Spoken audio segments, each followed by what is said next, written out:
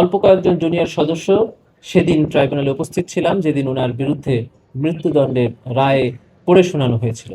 এবং রায় শুনে উনি আল্লাহর একটি কালাম তেলাওয়াত করে এই রায়ের প্রতিবাদ করেছিলেন। তারপরে আস্তে আস্তে কি হয়েছিল আপনারা এটা জানেন। ছোট্ট করে দু একটি গল্প বলতে চাই। ওনাকে যেদিন প্রথম এই ধানমন্ডি সেফ হাউসে ওনাকে জিজ্ঞাসাবাদের জন্য আনা হলো, তখন আমরা সকলেই সেই সেফ হাউসের বাইরে উপস্থিত ছিলাম। মোমেন ভাই ছিলেন, আরমান ভাই ছিলেন, সকলেই ছিলাম। ওনাকে একটি অফারই করা হয়েছিল তখন সরকারের পক্ষ থেকে, সেটি হলো আপনি স্বীকার করেন যে আপনি এই অপরাধের সাথে জড়িত এবং আপনার সাথে যারা আছে তারা সকলেই এই অপরাধের সাথে জড়িত। উনি দ্ব্যর্থহীন ভাষায় এটাকে অস্বীকৃতি জ্ঞাপন করেছিলেন যে আমি একটি মিথ্যা আমার মুখ থেকে বের হবে না, এবং যে অভিযোগ আমার বিরুদ্ধে আনা হয়েছে এগুলো সম্পূর্ণ অসত্য।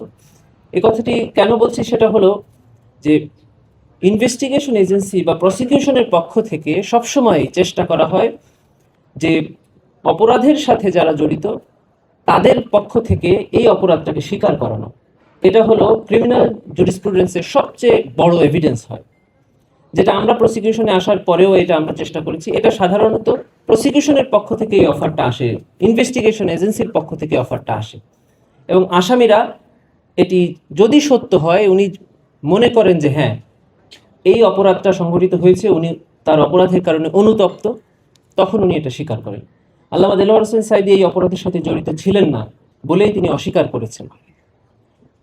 আপনারা দুটি ঘটনাকে কম্পেয়ার করেন। খুব রিসেন্টলি ঘটে যাওয়া জুলাই গণঅভ্যুত্থানে যে মানবতা বিরোধী অপরাধ সংঘটিত হয়েছে, সেই ঘটনায় একজন আসামি শেখ হাসিনার মৃত্যুদণ্ড হয়েছে। সেই মামলার সাথে আপনারা যদি আল্লামা দেলোয়ার হোসেন সাঈদী সাহেবের মামলার তুলনা করেন, দেখেন একজনের মৃত্যুদণ্ড হওয়ার পরে সমগ্র দেশবাসী খুশি হয়েছে এবং তার দলীয় নেতাকর্মীরা সেদিন চুপসে গেছেন। আরেকজনের মৃত্যুদণ্ডের রায় শোনার সাথে সাথে মানুষ অকাতরে প্রাণ বিলিয়ে দিয়েছেন রাস্তায়, যে কিছু তো করতে পারবো না, অন্তত নিজের জীবনটা দিয়ে দেয়। প্রায় 2 শতাধিক অথবা তার কিছু কম মানুষ রাস্তায় তাদের প্রাণ দিয়ে দিল একটা মানুষের মৃত্যুদণ্ড শুধু রায় হয়েছে তার প্রতিবাদে। শুধু রায় হয়েছে, এটা কার্যকর হয় নাই, সেটার অ্যাপিল রয়েছিল, আরো অনেকগুলো ফর্ম, শুধু রায় হয়েছে তার প্রতিবাদে। কতটুকু জনপ্রিয়, কতখানি অবিচার হয়েছিল বলে মর্মে মানুষের কাছে প্রতীয়মান হয়েছে। একজন সাক্ষী যার ভাইকে হত্যা করা হয়েছে, যার ভাইকে 71 সালে সাঈদী সাহেব হত্যা করেছেন মর্মে অভিযোগ এসেছে, তিনি এসেছেন সাক্ষ্য দিতে যে আমার ভাইকে উনি হত্যা করেননি, আমার ভাইকে যে হত্যা করেছে সেটা বলার জন্য উনি ট্রাইব্যুনালের গেটে এসেছেন। সেখান থেকে তাকে কিডন্যাপ করে নিয়ে যাওয়া হলো, ডিফেন্স টিমের গাড়ির মধ্য থেকে কিডন্যাপ করে নিয়ে যাওয়া হলো, যে সেখানে সিসি ক্যামেরা ছিল। তখন কোর্ট চলমান, এজলাসে বিচারপতি বসা আছেন। এই সময় বিচারপতির কাছে গিয়ে বলা হলো যে আপনার কোর্ট প্রিমিসেসে, যেটা আপনার এখতিয়ারভুক্ত, সেখান থেকে এই মামলার একজন সাক্ষীকে কিডন্যাপ করে নিয়ে যাওয়া হয়েছে আইন শৃঙ্খলা বাহিনীর মাধ্যমে। সিসিটিভি ফুটেজ আছে, আপনি এটা একটু দেখেন।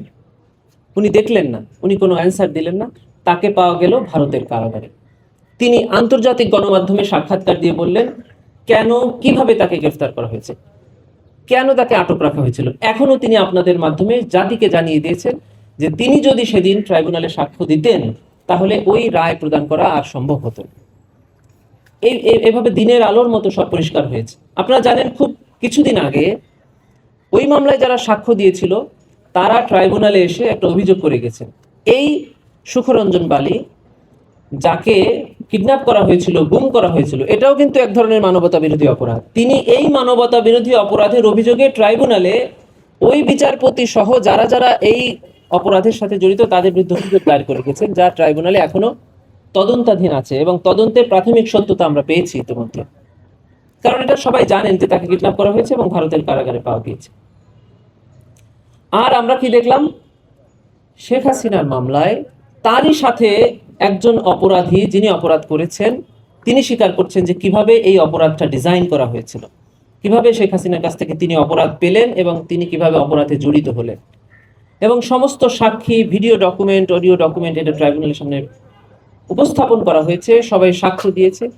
এই সাক্ষ্যের ভিত্তিতে যখন সাধারণ মানুষের অন্তরে রায় কিন্তু দুইভাবে হয়েছে। একটা হলো কোর্ট একটা রায় প্রদান করে, আর একটা হলো মানুষের অন্তরে একটা রায় দেয়। দেলোয়ার হোসেন সাঈদী সাহেবের মামলায় আদালত রায় দিয়েছিল, কিন্তু মানুষের অন্তর রায় দেয় নাই বলেই মানুষ রাস্তায় নেমে প্রাণ দিয়েছে। আর শেখ হাসিনার মামলায় যেটি কোর্ট রায় দিয়েছেন ওটি মানুষের অন্তরেই ওই একই রায় প্রকাশ হয়েছিল বলেই একটা মানুষ রাস্তায় প্রতিবাদ করে নাই, একটা মানুষ রাস্তায় নেমে আসেনি। বরং যারা নেমে এসছে তারা উৎসাহে উদ্দীপনায় নেমে এসছে, ন্যায় বিচার পাওয়ার আনন্দে নেমে এসছে।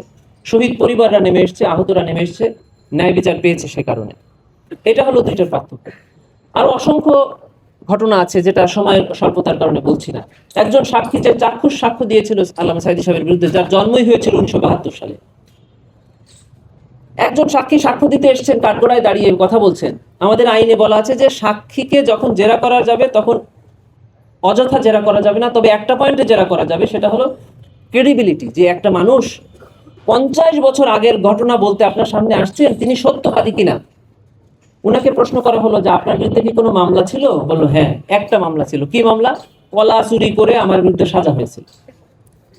এইরকম একটা সমাজে অগ্রহণযোগ্য ব্যক্তিকে 50 বছর পরের একটা ঘটনা এনে সাক্ষ্য প্রদান করা হয়েছে। এরকম ভাবেই মামলাগুলো করা হয়েছিল। ধরেন আমাদের এই জুলাই গণঅভ্যুত্থানের পরে বাংলাদেশে অসংখ্য মামলা হয়েছে না? এই মামলায় 300, 500, 1000 আসামি করা হয়েছে না? এর মধ্যে অসংখ্য ভুল আসামিও তো আছে।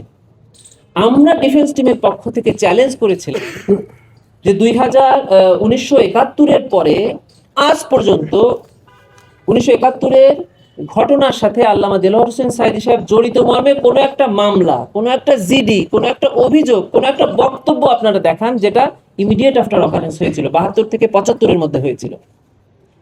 অন্তত একটা মামলায় 500 আসামি, তার মধ্যে একটা নাম্বার, ওনার 500তম নাম্বারে ওনার নামটা ছিল। এরকম একটা ঘটনা দেখাতে পারেনি, একটা জিডিও দেখাতে পারেনি, যেটা আমরা এখন হলে পারবো। 10,000 স্বাধীনতা বিরোধী রাজাকারের তালিকা প্রকাশ করা হয়েছিল 2015-16 সালের দিকে। আপনারা জানেন যে সেটা ছাপানো হয়েছিল সরকারি নথি থেকে, যে যাদের বিরুদ্ধে ওই সময় মামলা হয়েছিল, অভিযোগ আনা হয়েছিল, তারা যেন এই মামলার এই ঘটনা জানে। আপনারা জানেন যে সেই সময়ের চিফ প্রসিকিউটরের নাম সেই রাজাকারের তালিকায় ছিল। একদিন জজ সাহেবরা হাসি করে বলছিলেন যে ট্রাইব্যুনালে যখন মামলার তালিকা আসে তখন লেখা হয় যে চিফ প্রসিকিউটর ভার্সেস আল্লামা দেলোয়ার হোসেন সাঈদী, অথবা যে কোনো রাজাকারের নাম লিখে বলা হয় চিফ প্রসিকিউটর বনাম রাজাকার। তো যখন চিফ প্রসিকিউটরের নামই রাজাকারের তালিকায় আসলো, তখন একজন জজ সাহেব বলছেন যে এখানে লেখা উচিত ছিল যে রাজাকার বনাম রাজাকার। সেরকম একটি ট্রাইব্যুনাল আমরা দেখেছি। এখন আপনাদের একটা প্রশ্নের উত্তর দিয়ে আমি শেষ করবো, সেটা হলো যে ওই ট্রাইব্যুনালের সাথে এই ট্রাইব্যুনালের পার্থক্যটা কি? একটাই কথা, সেটা হলো 2024-এর গণঅভ্যুত্থানের পরে সেই ট্রাইব্যুনালের আইনকে আমরা সংশোধন করে ইন্টারন্যাশনাল স্ট্যান্ডার্ডে নিয়ে এসেছি। সেই সময় ট্রাইব্যুনালের আইনে পরিষ্কার করে বলা ছিল যে এটা বাংলাদেশের ডোমেস্টিক ট্রাইব্যুনাল, মানে অভ্যন্তরীণ ট্রাইব্যুনাল, এখানে আন্তর্জাতিক আইনের কোনো প্রযোজ্যতা নেই এবং প্রয়োজন নেই। 2024-এর গণঅভ্যুত্থানের পরে আইন সংশোধন করে পরিষ্কার করে বলা হয়েছে যেটা আন্তর্জাতিক অপরাধ ট্রাইব্যুনাল, এবং এখানে রোম স্ট্যাটিউটে যে আন্তর্জাতিক আইনের সংজ্ঞা দেওয়া হয়েছে সেই সংজ্ঞাটা পরিপূর্ণভাবে প্রযোজ্য হবে, এবং সেই আইন অনুযায়ী আমরা এখনকার বিচার করছি, যেটা স্বচ্ছ, নিরপেক্ষ এবং পৃথিবীর যে কোনো আদালতে আমরা চ্যালেঞ্জ করতে পারি। ধন্যবাদ সবাইকে। আসসালামু আলাইকুম।